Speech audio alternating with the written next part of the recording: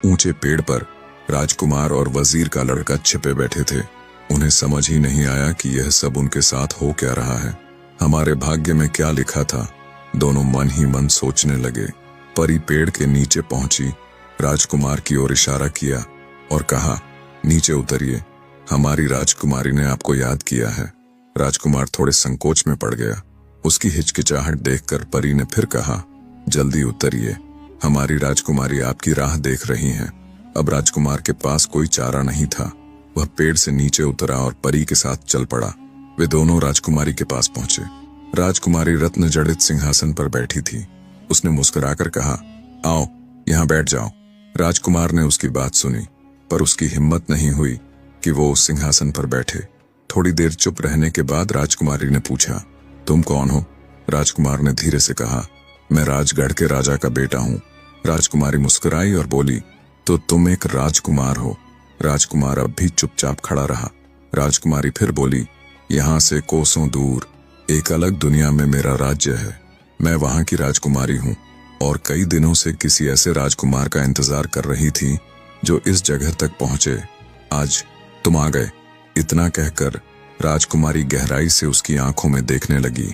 राजकुमार को ऐसा लगा जैसे वह अब भी बेहोश होकर गिर पड़ेगा, लेकिन राजकुमार ने खुद को संभाला।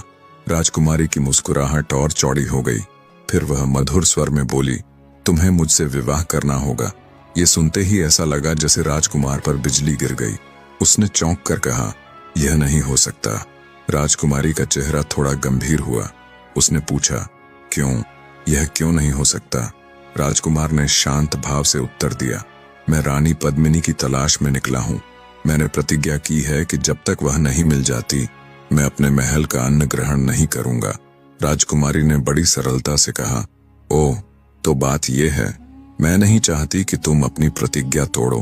प्रतिज्ञा एक पवित्र वचन होती है, उसे कभी तोड़ना नहीं चाहिए। तुम अपनी प्रतिज्ञा पूरी करो, मैं उसमें तुम्हारी मदद करूंगी, लेकिन मेरी एक शर्त है। राजकुमार ने पूछा, आपकी शर्त क्या है? राजकुमारी बोली, जब तुम पद्मिनी को लेकर लौटो तो इस स्थान पर आओगे और फिर मेरे साथ विवाह कर अपने राज्य वापस जाओगे। राजकुमार ने विनम्रता से कहा, इसमें मुझे कोई आपत्ति नहीं है। राजकुमारी मुस्कुराई और बोली, पर एक बात है, तुम सिंगल द्वीप तक पहुंचोगे कैसे? राजकुमार ने हैरान होकर कहा, क्यों? उसमें क्या कठिनाई है? राजकुमारी हंसने लगी, तुम बड़े भोले हो। वहां पहुंचना कोई हंसी खेल नहीं है।